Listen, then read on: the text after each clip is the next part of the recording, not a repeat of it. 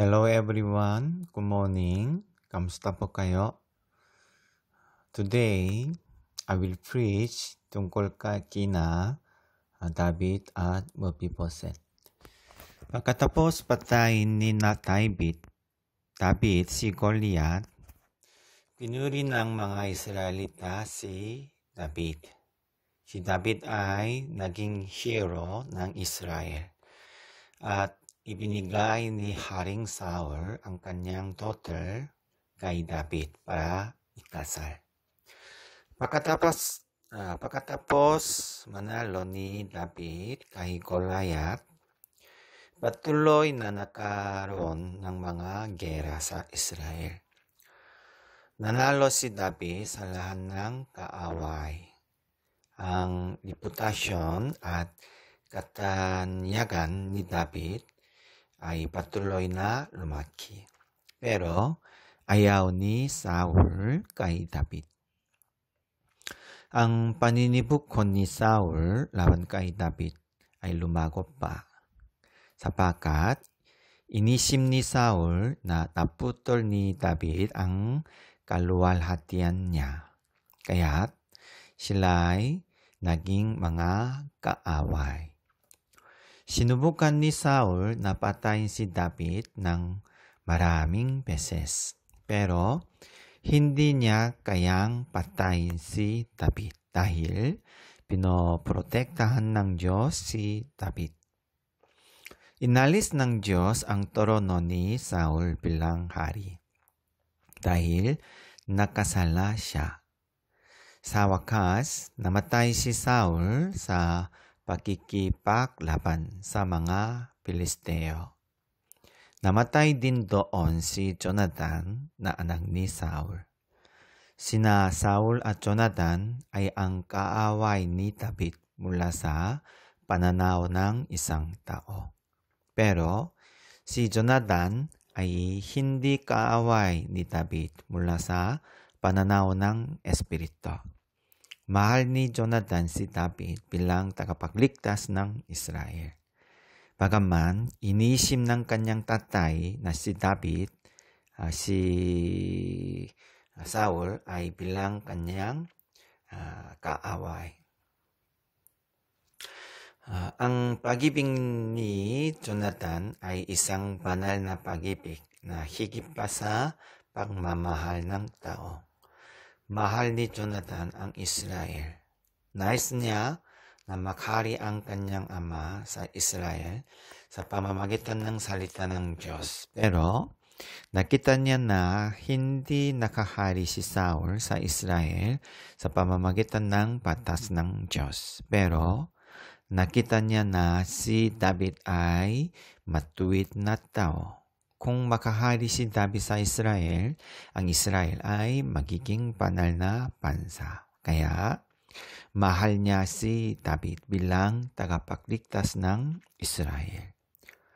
Kapag namatay sina Saul at Jonathan sa gera, si David ay malulungkot. Sapan na para wasakin ang kanyang puso. Anyway, mahal din na Jonathan at David ang isa't isa. Pagkatapos mamatay ni Saul, naging hari si David sa buong Israel.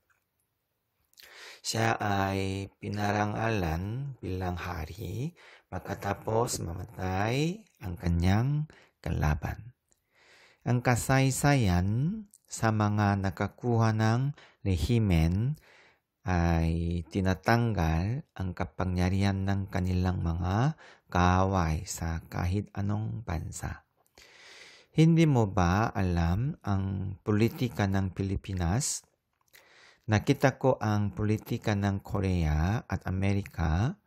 Naisip ng mga tao, ang mga mamamayan ng Republika ng Pilipinas ay natatakot kapag nagkakaroon ng kapangyarihan ang mga demokratiko ng Pilipinas. Bakit? Sapagkat aalisin nila ang kanilang mga kaaway. Nang makaroon si David ng kapangyarihan, natakot si David sa mga tao ni Saul. Naisip ng mga tao sa pamilya ni Saul na papatayin sila ni David, kaya sila ay nagtago. Sila din ay natakot.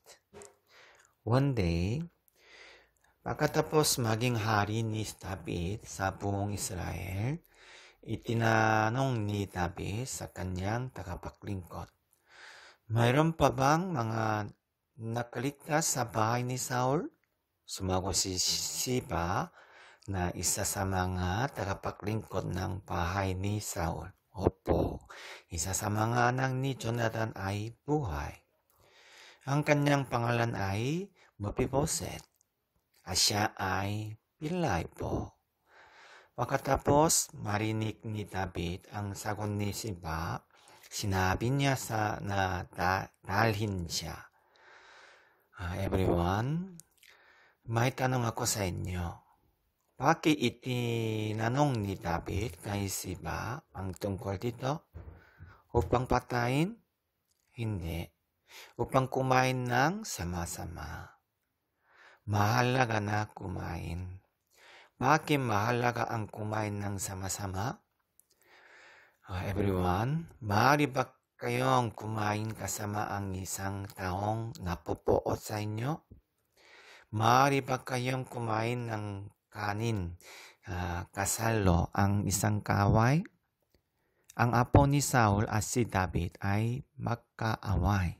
Pero ngayon, nais ni David na kumain kasama ng kanyang mga kaaway. Tama? Bakit? Hindi isinasaalang-alang ni David ang apo ni Saul bilang isang kaaway, ngunit bilang isang kaibigan. Kaya gusto niyang kumain ng sama-sama. Naging magkaibigan si David at ang anak ni Jonathan. Everyone, pagkamatay ni Jesus, isinuon ni Jesus ang dami ng kaluwalhatian ng muling pagkabuhay. At ipinadala ni Jesus ang banal na Espiritu sa mundong ito. At hinahanap ng Holy Spirit tayo na kaaway ni Jesus. Bakit hinahanap tayo ng Holy Spirit? Upang hatulan ang ating mga kasalanan at patayin tayo? Hindi. Upang anyayahan tayo sa dining table ng Panginoon.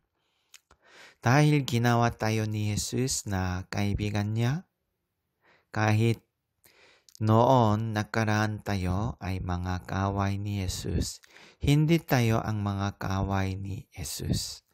Tayo ay ang kaibigan ni Kristo sa pamamagitan ng pananampalataya. Kaya, inaanyahan tayo ni Kristo sa dining table ni Jesus. At sinabi ni Jesus sa atin na kumain ng sama-sama. Everyone, anong pagkain ito? Ito ang salita ng Diyos sa oras ng pagsamba. Kapag kumain ka ng pagkain sa oras ng pagsamba, tayo ay magiging mga kaibigan ni Jesus. Pero, kung hindi kumain o kung hindi umattend kayo sa dining table ni Kristo, kayo ay hindi kaibigan ni Kristo. Kayo pa rin ang kaaway ni Jesus. Kaya, anong gusto ninyo? Kakainin ninyo ang salita ng Diyos o hindi? Ang nakikinig salita ng Panginoon at gumagawa ayon sa kanyang salita ay isang kaibigan ni Jesus. Gusto ko kayong lahat ay maging kaibigan ni Kristo. Ang mga kaaway ay patuloy na umaatake sa atin. Patuloy na sinasalakay ni Satanas ang iglesia ng katawan ng Panginoon. Nakikita mo ba ang imahe ni Satanas? Hindi natin makita ang imahe ni Satanas. Ngunit, si Satanas ay dumarating sa atin sa maraming paraan. Minsan, sa pamamagitan ng pagsuway. Kung minsan, sa pamamagitan ng pagkapoot sa isang kapatid. Kung minsan, sa pamamagitan ng paggawa ng isang partido sa simbahan. Kung gusto ng isang member sa isang grupo, pero ayaw nila sa kanya, ito ang paggawa ng partido sa church. Ito ay very masama. Ito ang pinakaayaw ko sa lahat ng bagay na nangyayari dito sa church. Ang lahat ng diskarte na ito ni Satanas ay isang estratehiya na pumipigil sa atin na kumain ng sama-sama sa hanayan ni Jesus. Ang bawat isa sa atin ay inaanyayahan sa dining table ni Jesus. At dapat tayong kumain kasama ng mga member ng church. Kailangan nating kumain ng salita ng Diyos sa pagsamba at ibahagi ang pag-ibig ni Kristo sa dining table ni Kristo. Kapag kumain tayo ng marami at kumain ng mabuti, tayo ay makakaroon ng magandang kalusugan at kagaling ang ating sakit. Kung hindi tayo kumain ng mabuti, tayo ay makakasakit at ang iyong katawan ay papapayat. Tama? Kaya, dapat tayong kumain ng mabuti. Kaya dapat tayong kumain ng tamang salita ng Diyos. Huwag kayong kumain ng ibang salita ng Diyos na hindi nakasulat sa Biblia. Bagaman, ngayon ay hindi tayo nakikita. Bagaman, ngayon hindi tayo maaring sumamba sa Diyos sa isa't isa. Bagaman, ngayon ay hindi tayo maaring makasama sa hapang ng Panginoon. Bagaman nakaupo tayo sa maliin na hapang ng Panginoon, tayo pa rin ng mga kaibigan ni Kristo sa pamamagitan ng pagkain at pag-inom sa hapang ng Panginoon. Nais kong mabilis natin malampasan ang krisis na ito at magsamba ng sama-sama. Naway, maging mga pinagpala tayo sa hapang ng Panginoon na nagtatamasa ng kapayapaan at kaluluwa na nagpapahinga mula sa Panginoon. Amen. Let's pray. Maraming salamat po, Panginoon, sa pag-aanyaya ninyo sa amin, sa dining table niyo. Gusto namin kumain ng iyong salita na yon oras na ito. Gusto namin magkaroon ng mabuting espiritu sa pamamagitan na pagkain at pag-inom ng iyong salita. Gusto namin alisin ang mga masamang espiritu sa aming katawan at sa mga aming puso at isipan.